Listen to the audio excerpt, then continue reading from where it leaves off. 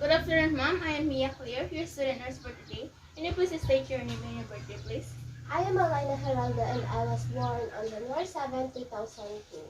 So what I'm going to do for you is I'm going to assess your skin in order for me to determine if there are any abnormalities or skin lesions. So can you please raise your arms? Thank you. So in this procedure, what we're trying to find is if there are any signs of discolorations like cyanosis, jaundice, and erythema, because that will indicate abnormalities on the skin.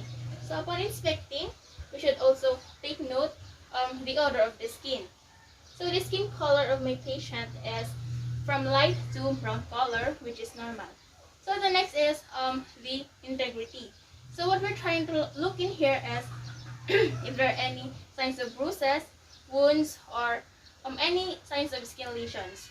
So as I'm inspecting, I don't see any skin lesions. So after that, we can now palpate the skin of my client.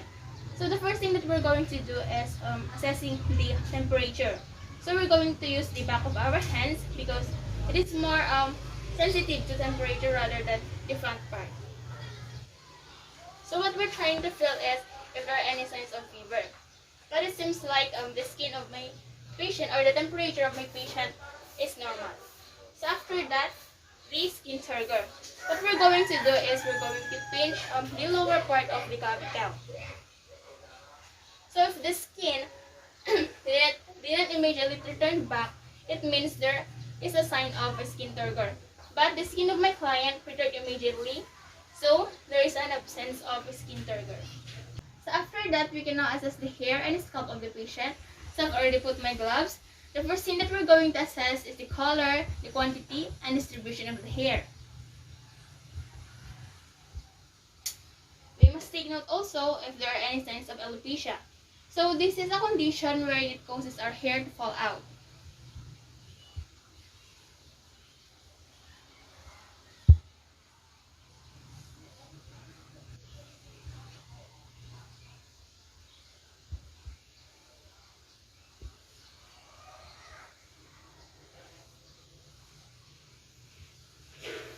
And the next is the condition of the scalp. So what we're trying to look here is if there are any signs of lesions and infestations.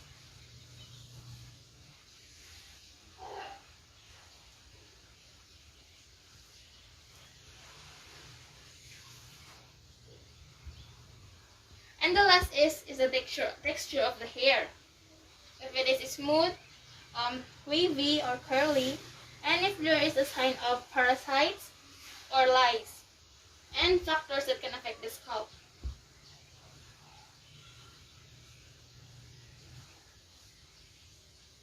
So as I am assessing, as a conclusion, I don't see any abnormalities in the hair and scalp of the patient. So we are done in the assessing of the hair and scalp. We can now move to assess the nails of the client.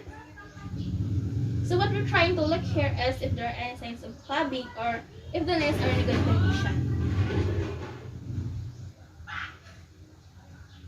So as I'm inspecting, I don't see any abnormalities. So we can now palpate it for texture and capillary refill. In order to do that, we're going to apply pressure on the nails of the client.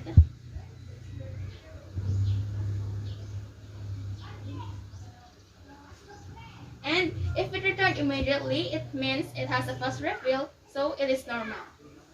Good afternoon, ma'am. I am Mia Clear, your student nurse for today. Can you please state your name and your birthday, please? I'm Alina Heraldo and I was born on January 7, 2002. So what I'm going to do for you is I'm going to assess your head, your face, your neck, including your eyes and your ears, and also your mouth. So the first thing that we're going to do is assess her head and face. So upon inspecting, I don't see any skin lesions and discoloration. Her facial features are symmetrical. There are no signs of excessive hair growth. So the next is, can you please raise your eyebrows for me and smile? So it seems like the client has no signs of facial drooping, which is normal. So we can now palpate the scalp of the patient.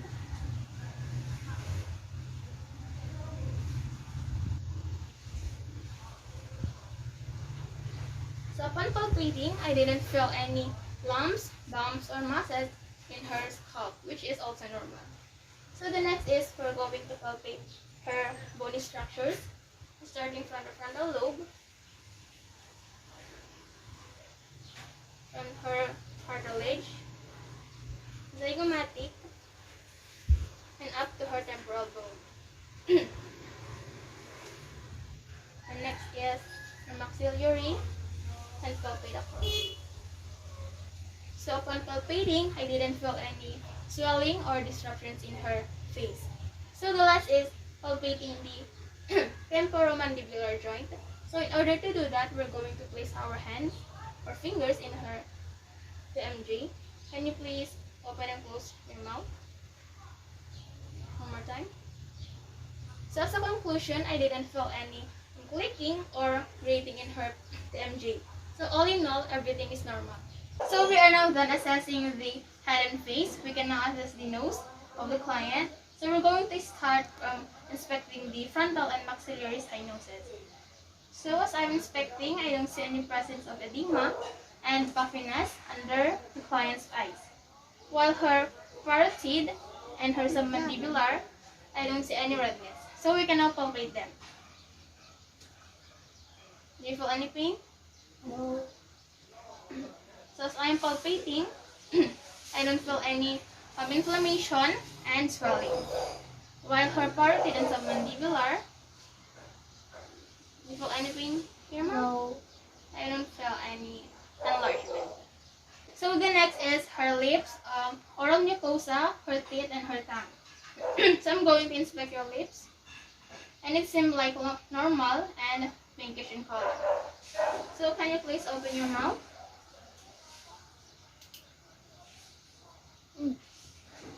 More. So her oral mucosa, I didn't see any inflammations or lesions. Can you please show me your teeth?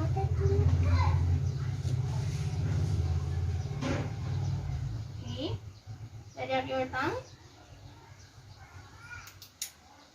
Can you please move it from side to side? The other one. Thank you. So she did those with an ease, which is normal. So I'm going to palpate your lips and tongue now. Do you feel anything here? No. So as I am palpating, I don't feel any inflammations or lesions. So we're going to test her gag reflex now. Open your mouth.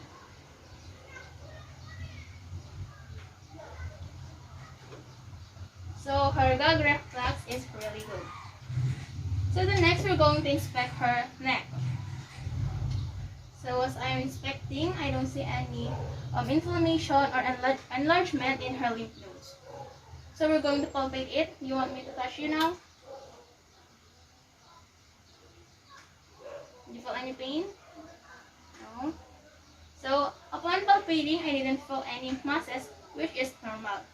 So the last is her thyroid. Do you feel any pain here? No. So upon palpating also, I didn't feel any swelling. But if you feel any enlargement, please use the bell of the stethoscope for auscultation. So what we're going to examine now is the eyes of the patient. So first, can you please read this for me? MAPE. This one? Arts. Physical education. This one? Music. So her vision is really good. After that, we're going to perform the corneal light reflex test using a pen light. So if it reflected on the same spot, it is normal. So we can now move to assessing and we're going to use the 6 cardinal field of vision. So please follow this one.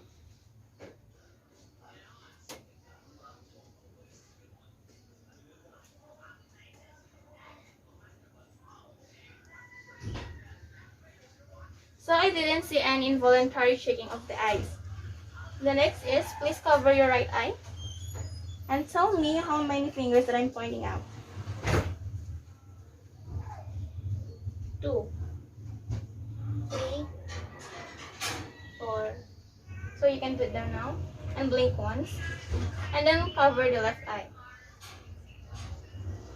2, 3, 4. So as a conclusion, she can tell how many fingers that I pointed out.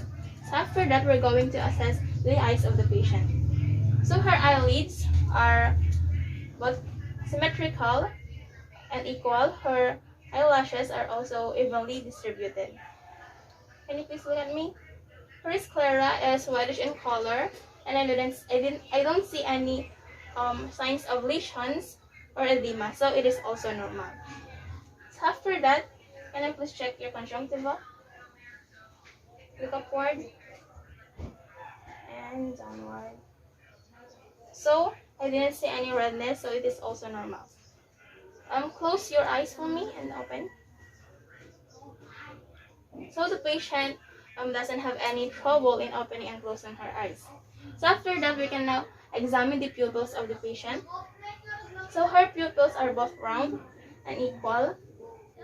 So let's see if it is reflective and light reflecting. So first, we're going to turn off the lights.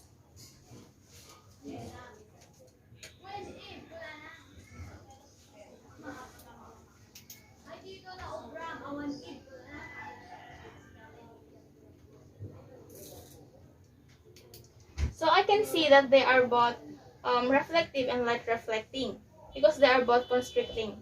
So the last is the accommodation. Please follow this.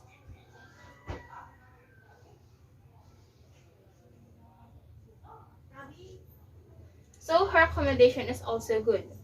So what we're trying to examine now is the ears of the patient. In this procedure, we're trying to look if there are any signs of lesions, the shape, the size, and the symmetry.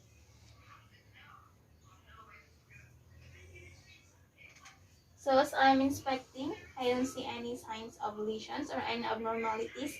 So everything is normal. So we're going to palpate the ears of the patient.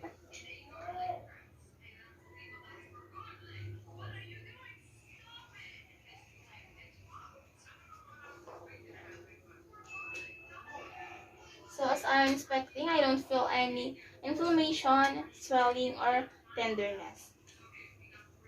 So after that, I'm going to occlude your ear, and please repeat the numbers that I'm going to say.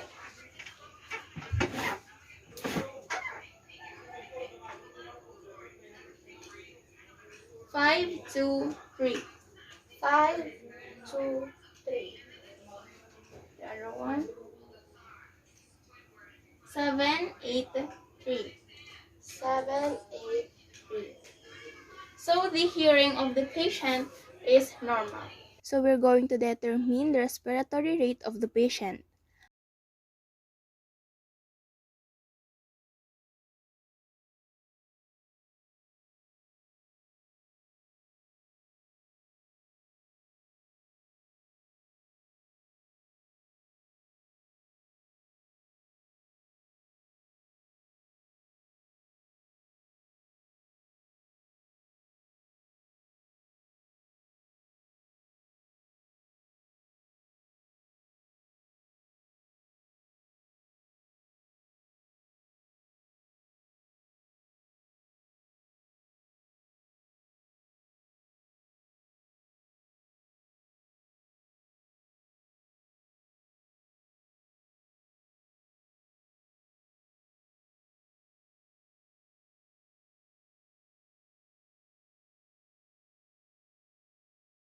After that, we can now palpate the trachea and her chest.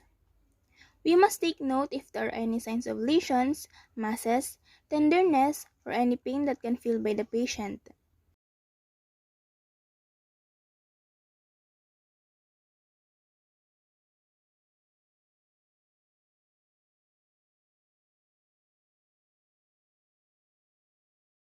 Next is the percussion. We must check if there are abnormal sounds of the chest upon percussing.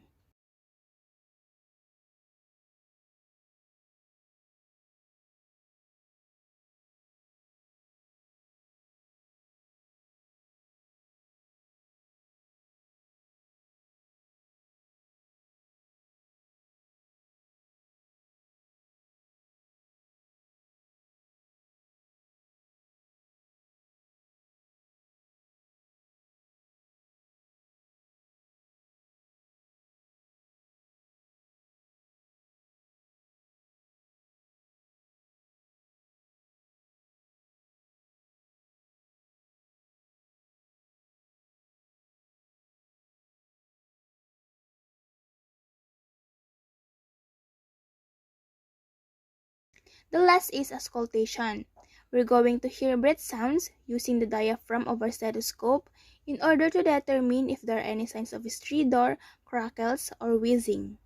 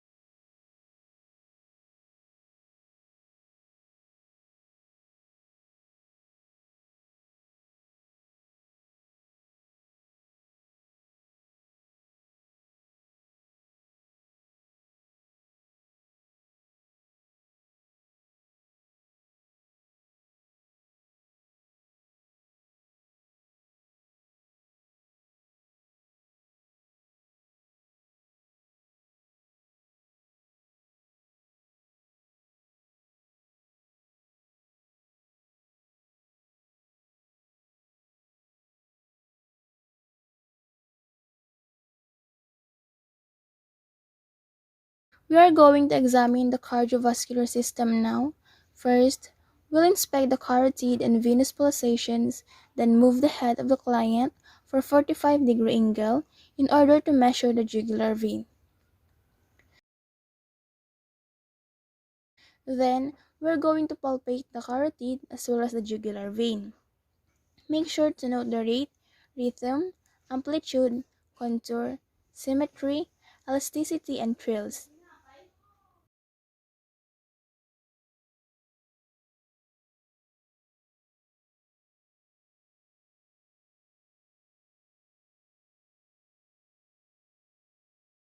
Then the precordium.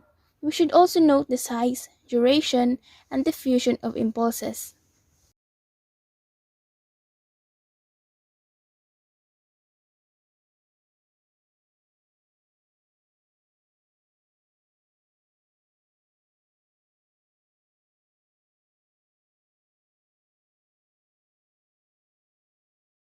And after that, we'll forecast it.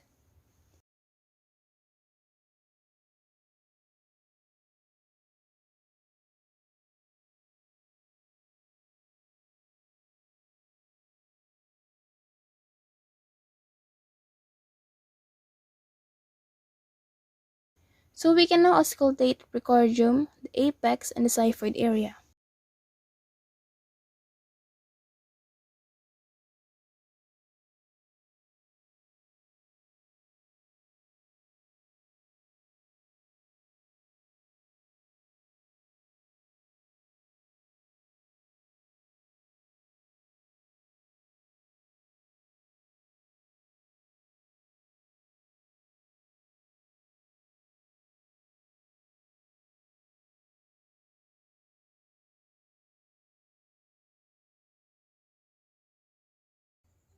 Let's assess the abdomen. So we're going to inspect it if there's a sign of scars, the hair distribution, and also signs of lesions. We should also take note the size, shape, and symmetry of her abdomen. Then we can now auscultate the abdomen, which are the four quadrants, and also the liver. We're going to hear if there's a sign of abnormal bowel sounds.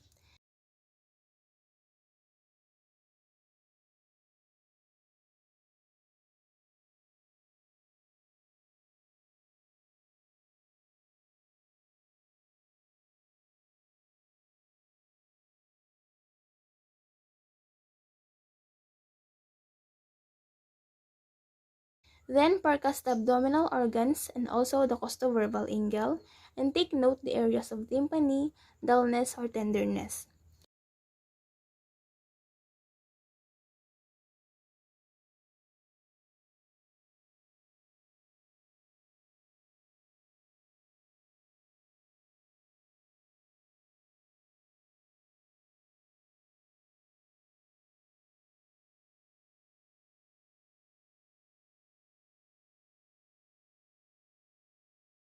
After percussing, we'll palpate the abdominal organs as well as the aorta.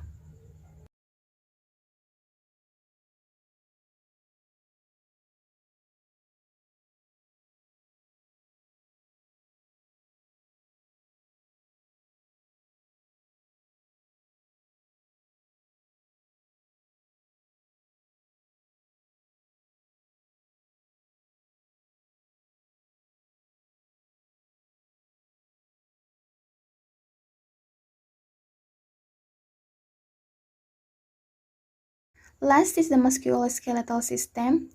We'll inspect the patient if she has a good balance and posture. Then let her bend her waist and make her stand against the wall. After that, we'll make her walk in order to determine the gait, and also measure her arms and legs.